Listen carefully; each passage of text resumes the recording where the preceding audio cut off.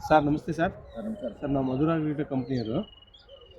Sir ನೀವು ಮೊನ್ನೆ ಅಲ್ಟ್ರಾಟು marker ತಂದುಬಿಟ್ಟು spray ಮಾಡಿದ್ರಲ್ಲ, ಹೌದು ಸರ್. ಅಲ್ಟ್ರಾಟು ಮಾರ್ಕರ್ ಮತ್ತು ಸ್ಕೋರ್ 3 ಕೊಟ್ಟಿದ್ವಿ. ಹೌದು ನಿಮ್ಮದು ಮೊದಲು ಏನೇನು ಪ್ರಾಬ್ಲಮ್ ಇತ್ತು ಸರ್?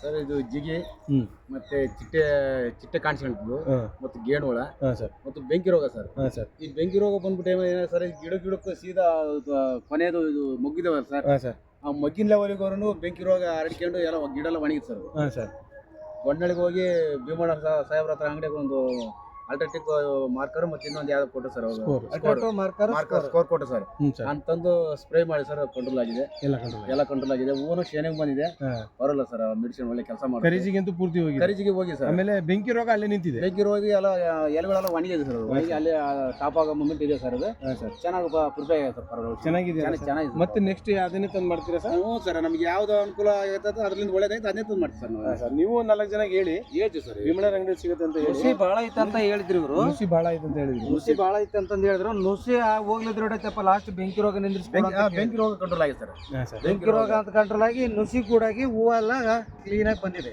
ಹಾಂ ಸರ್ ಹೂವೆಲ್ಲ ಕ್ಲೀನಾಗಿ ಬಂದಿದೆ.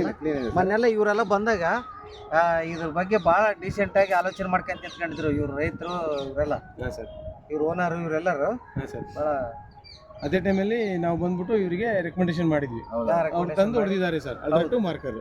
ಸರಿ ಸರ್, ಓಕೆ ನಮಸ್ಕಾರ ಸರ್. ಇವರೆಲ್ಲ 2.5-3 ಎಕರೆ ಹಾಕಿದ್ದಾರೆ ಇಲ್ಲೆಲ್ಲ. ಹಾಂ ಸರ್, ನೆಕ್ಸ್ಟ್ ಅದನ್ನೇ ತಂದು ಹೊಡ್ತೀವಿ ಅಂತಂದ್ರಲ್ಲ ಸರ್? ಹೌದು. Okay sir, thank you sir.